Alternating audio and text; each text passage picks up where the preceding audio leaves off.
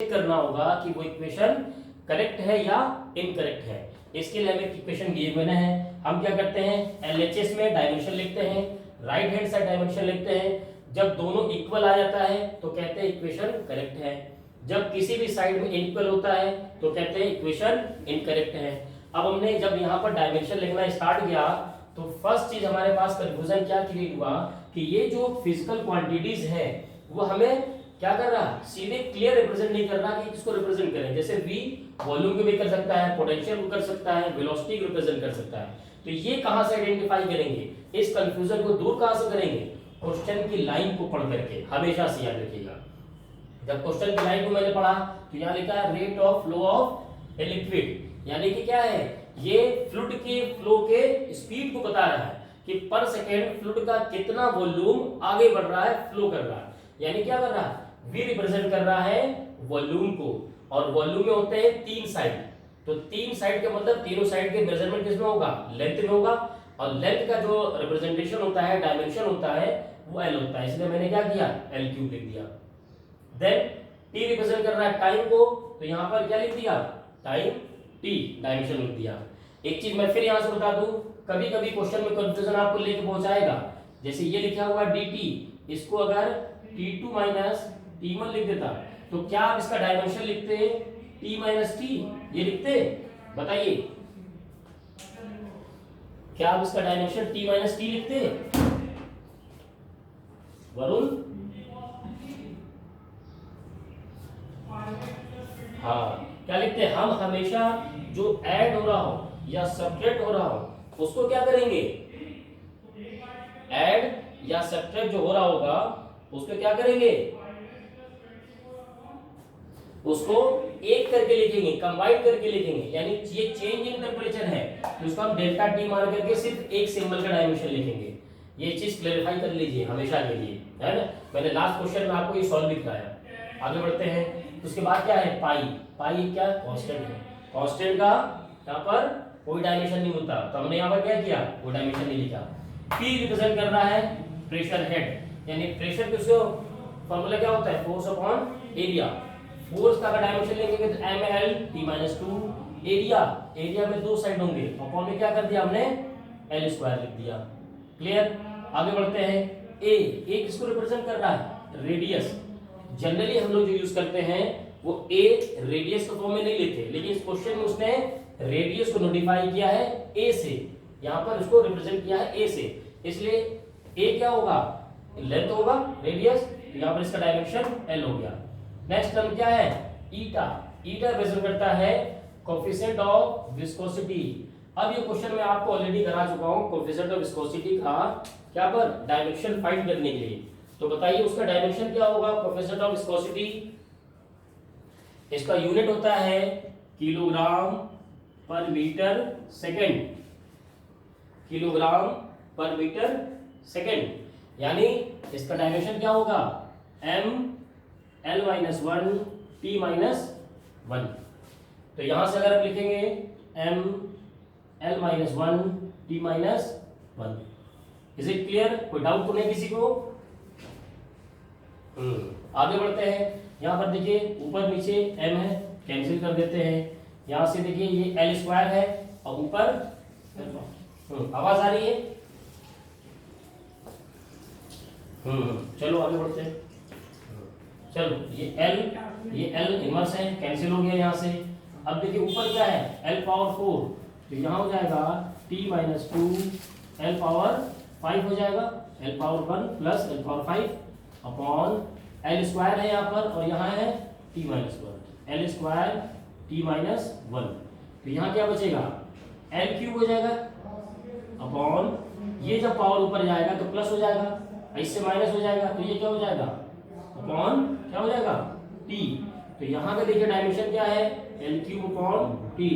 तो ये इसको लिख सकते हैं L cube T inverse equal to L cube T inverse, hence LHS is equal to RHS। इसका मतलब क्या है, ये इक्वेशन करेक्ट है, ये इक्वेशन क्या है, करेक्ट है। क्वेश्चन समझ में आया सबको? क्वेश्चन ट्रिकी था लेकिन बहुत इजीली सॉल्व हो सकता है, कोई दिक्कत नहीं इसमें। चलिए मैं इसका स्क्रीनशॉट, आपके रिकॉर्डिंग हो रही है।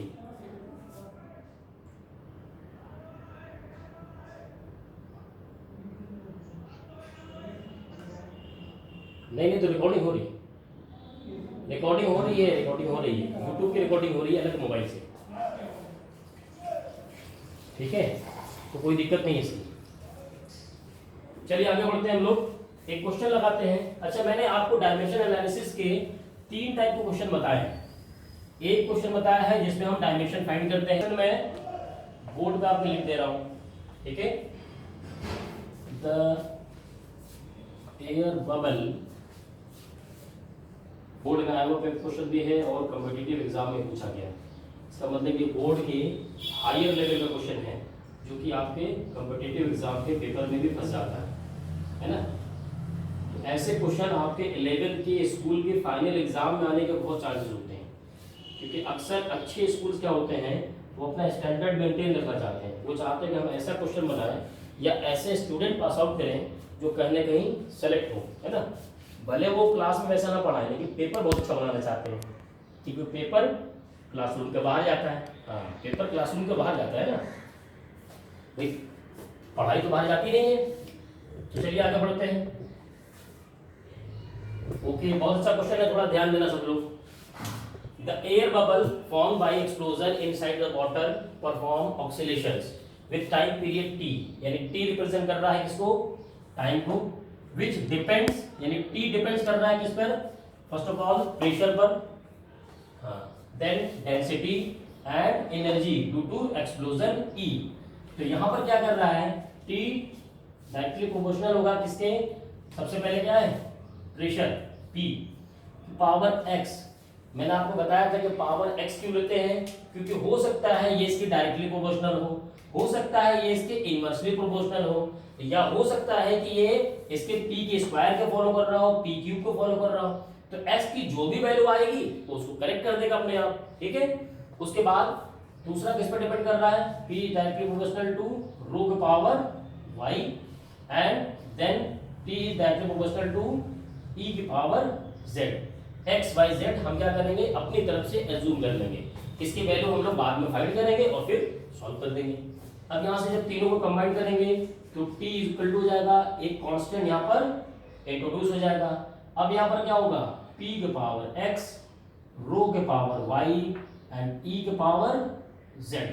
ये हमारे पास एक स्टैंडर्ड इक्वेशन आ गया। अब हम इसको इक्वेशन 1 कह देंगे।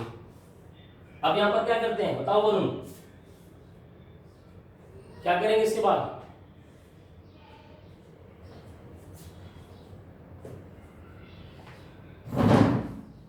इसके बाद क्या करेंगे,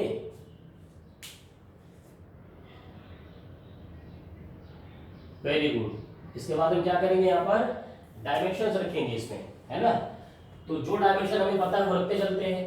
टी किसको रिप्रेजेंट कर रहा है, टाइम को, इसका मतलब यहाँ पर क्या होगा, टी रिप्रेजेंट कर रहा है टाइम को। के कांस्टेंट है, उसका डायमेंशन रखने की जरूरत नहीं है। पी रिप्रेजेंट कर रहा है किसको, देखिए प्रेशर को, यानी force upon area, M L T minus 2 upon area L square, इसका पूरे का पावर है एक्स, ठीक है। आगे बढ़ते हैं। रो को रिप्रेजेंट कर रहा है डेंसिटी। डेंसिटी क्या होता है, डेंसिटी होता है मास अपॉन वॉल्यूम। तो मास रिप्रेजेंट करेगा m अपॉन वॉल्यूम, यानी एल क्यूब के पावर क्या होगा y। देन E रिप्रेजेंट कर रहा है एनर्जी। एनर्जी किसका क्या होगा, डायमेंशन फोर्स इनटू डिस्टेंस, यानी कि जो वर्क का होता है। तो फोर्स होगा ml p - 2 इनटू डिस्टेंस करेंगे तो ml स्क्वायर कर दो यहाँ पर के पावर z। डायमेंशन रखने में किसी को प्रॉब्लम तो पूछ लीजिए यहीं पर, फिर आगे बढ़ते हैं। किसी को प्रॉब्लम डायमेंशन रखने में,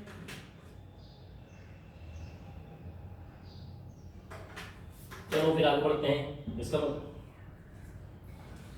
अरे अच्छा फिर से देखो, E है एनर्जी, मैंने कहा था एनर्जी का यूनिट क्या होता है, जूल, और वर्क की यूनिट क्या होगी, ये भी जूल होता है। इसका मतलब ये है कि दोनों का डायमेंशन सेम होगा। जब यूनिट सेम है तो डायमेंशन भी सेम होगा। अब क्या करते हैं, अब कहते हैं कि जब डायमेंशन सेम है, इसका मतलब वर्क की अगर डायमेंशन फाइंड कर लिया जाए तो हमें क्या मिल जाएगा, एनर्जी का डायमेंशन मिल जाएगा। अब वर्क का डायमेंशन क्या हो सकता है भाई, फोर्स इनटू डिस्टेंस यानी डिस्प्लेसमेंट मैं कह रहा हूं, तो M L T minus two into L यानी एम एल स्क्वायर टी की पावर माइनस टू। तो यहां मैंने लिख दिया, देखो एनर्जी का M L square T power minus two के पावर क्या हो जाएगा, जेड। अब क्या करेंगे, जरा ब्रैकेट ओपन करते हैं और एक एक अलग ले लेते हैं यहां पर। तो देखो m क्या होगा, m के पावर x, l के पावर x, सॉरी इसको थोड़ा कंबाइन, अच्छा चलो पूरा ओपन करके लिखते हैं। यहां होगा t के पावर माइनस 2x, नीचे क्या है l के पावर 2x, ये हो गया। आगे बढ़ते हैं, यहाँ होगा m के पावर y और नीचे होगा l के पावर 3y। आगे बढ़ते हैं, यहाँ होगा m के पावर z, l के power 2z and t power minus 2z, है ना, ये आ गया। अब क्या करते हैं, और आगे बढ़ते हैं थोड़ा सा। अब देखो क्या करेंगे, हम m के पावर को सबको कंबाइन करना चाह रहे हैं, तो एक सबसे पहले क्या करें, एक हाँ तो हम क्या करें, इसको भी ऊपर लेके जाएं ताकि हमें इजी दिखे। मैं इजी करने के लिए कर रहा हूँ, नहीं तो मैं डायरेक्ट भी कर सकता हूँ। चलो डायरेक्ट करके देखते हैं, सब लोग समझ जाओगे। m का पावर कंबाइन करेंगे तो फर्स्ट है x, दूसरा क्या है, मैं टिक करते हुए चल रहा हूँ, प्लस y, और यहाँ है पावर z, तो प्लस z, ये हो गया। सेकंड फिजिकल क्वांटिटी क्या है, l, देखो l यहाँ पर है क्या, तो ये हो गया x, आगे l, ऊपर ये माइनस टू, अच्छा ये देखो माइनस 2x है ना, तो माइनस 2x, ये भी हो गया। उसके बाद ये कर लेते हैं l के पावर माइनस प्लस 2z, और ये हो गया l के पावर 3y को ऊपर ले जाते हैं तो माइनस 3y, है ना, ये हो गया। आगे कहते हैं t, t के पावर देखो कितने हैं, इधर से एक हो गया माइनस 2x, और आगे देखिए t के पावर माइनस 2z, और कोई है इसमें, और कोई नहीं है, ठीक है। अच्छा यहां पर क्या है, यहां m के पावर क्या है, लेफ्ट में m के पावर, लेफ्ट साइड LHS में m का पावर क्या है बताइए, 0, वेरी गुड। उसके बाद l का पावर कितना है, 0, है ना। तो अब अगर कंपैरिजन करेंगे हम, अगर कंपैरिजन करें तो क्या बनेगा, ऑन कंपेयरिंग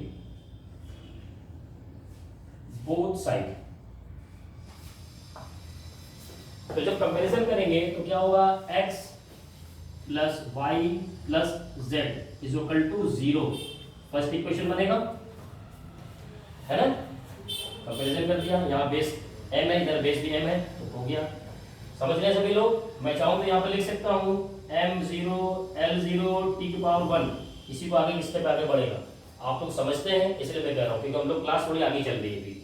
आगे बढ़ते हैं, यहाँ क्या है, ये है minus x plus 2z minus 3y, तो ये हो जाएगा minus x plus 2z minus 3y is equal to क्या होगा, 0। ये हो गया हमारा सेकंड इक्वेशन, है ना। आगे बढ़ते हैं, हाँ L वाला है, ये मैंने x माइनस 2x है तो माइनस x लिख दिया, 2z देखो 2z है यहाँ पर, देखो फिर minus 3y is equal to, इधर क्या होगा, जो पावर 0 है तो 0 होगा। आगे बढ़ते हैं, माइनस 2x फिर minus 2z is equal to, इधर t की पावर क्या है, 1 है, तो ये हमारा आ गया इक्वेशन 3। यहां तक सबको डाउट, किसी को डाउट तो नहीं है, पूरी तरीके से क्लियर है। बहुत ही अच्छा क्वेश्चन है, कई बार। हाँ अब आगे बढ़ते देखो, यहाँ पर हमारे पास 3 इक्वेशन है और 3 अननोन है, x y z, इन 3 की वैल्यू फाइंड करना है। इसका मतलब हम इसे सॉल्व कर सकते हैं। आपने मैथमेटिक्स में हाई स्कूल लेवल पे पढ़ा होगा। सॉल्व करना मैं आपको सिखा दूंगा अभी कैसे सॉल्व करते हैं ना। चलो आगे बढ़ते हैं। अब देखो यहाँ पर क्या है, x plus y plus z है और यहाँ पर x और z है। तो एक काम करते हैं, इसको 2 से मल्टीप्लाई करके यहाँ पर ऐड कर देते हैं। x और z क्या होंगे, यहाँ पर कैंसिल हो जाएंगे, कैंसिल हो जाएंगे, ठीक है। तो यहाँ पर इसे 2 से x मल्टीप्लाई कर दें तो 2x plus 2y plus 2z is equal to 0। ये इक्वेशन 4th बना। मैंने इस इक्वेशन में 2 से मल्टीप्लाई कर दिया और यहाँ पर इसको रख दिया। अब क्या करें, इसको ऐड कर दिया तो -2x plus 2x cancel, -2z plus 2z cancel, यहाँ आ जाएगा 2y is equal to 1, y is equal to 1/2। First answer आ गया हमारा, ठीक है। अब आगे बढ़ते हैं। ये देखो अभी एक इक्वेशन क्या था, ये x और z का इक्वेशन है, सबको दिख रहा है ना। और ये क्या है, x z और y का इक्वेशन है। तो अगर मैं ये y इसमें रख दूं तो ये क्या बनेगा, x और z का बनेगा। और ये x और z का हमारे पास ऑलरेडी है ना। तो क्या करते हैं, यहाँ से अगर मैं इसमें वैल्यू रख दूं तो put above value in equation second, इसमें रखा हमने तो -x plus 2z minus 3 into 1/2 is equal to 0। तो यहां से क्या हो गया, -x प्लस 2z उधर ले जाएंगे तो 3/2 आ गया हमारे पास। ये इक्वेशन बन गया। हमने सेकंड में y की वैल्यू रख दिया तो यहाँ पर x और z के टर्म में हमारे पास इक्वेशन आ गया। अब थर्ड इक्वेशन हमारे पास क्या था, x और z के टर्म में ऑलरेडी था। ये क्या था, -2x माइनस 2z। तो क्या करते हैं, इसी इक्वेशन को यहाँ रखते हैं जरा, -2x minus 2z is equal to 1। दोनों को जरा ऐड किया जाए तो क्या होगा, -3x और ये क्या होंगे, कैंसिल हो गया। यहाँ पर देखो 3/2 है और 1 है, यानी ये क्या है, 1.5 है। ये 1.5 है और ये 1 है, क्या होगा 2.5 होगा, यानी 2.5। 2.5 का मतलब क्या हुआ, 5/2। ऐसे डायरेक्ट ऐड करना सीखो, है ना। अब यहाँ पर x की वैल्यू मैं आगे लिख देता हूँ, दिख रहा है सबको, डाउट तो नहीं किसी को। यहाँ x की वैल्यू क्या हो जाएगा, -5/6। एक आंसर और हमारे पास आ गया। एक हम वैल्यू पहले फाइंड कर चुके हैं, y is equal to 1/2, x is equal to -5/6। अब इसमें देखो कई सारी इक्वेशन है, किसी में रख दो आंसर आ जाएगा। ये देखो x और z है, इसी में रख देते हैं हम, किसकी वैल्यू, x की वैल्यू रख देते हैं। तो यहाँ पर देखो ये है -2 इंटू किसकी वैल्यू रखेंगे, x की, x के -5/6, ये हो गया -5/6। अब यहाँ पर क्या है, -2z इज इक्वल टू 1। ये देखो अब इसको सॉल्व करेंगे तो ये प्लस हो जाएगा और ये से कट करके क्या हो जाएगा, 5/3 -2z इज इक्वल टू 1।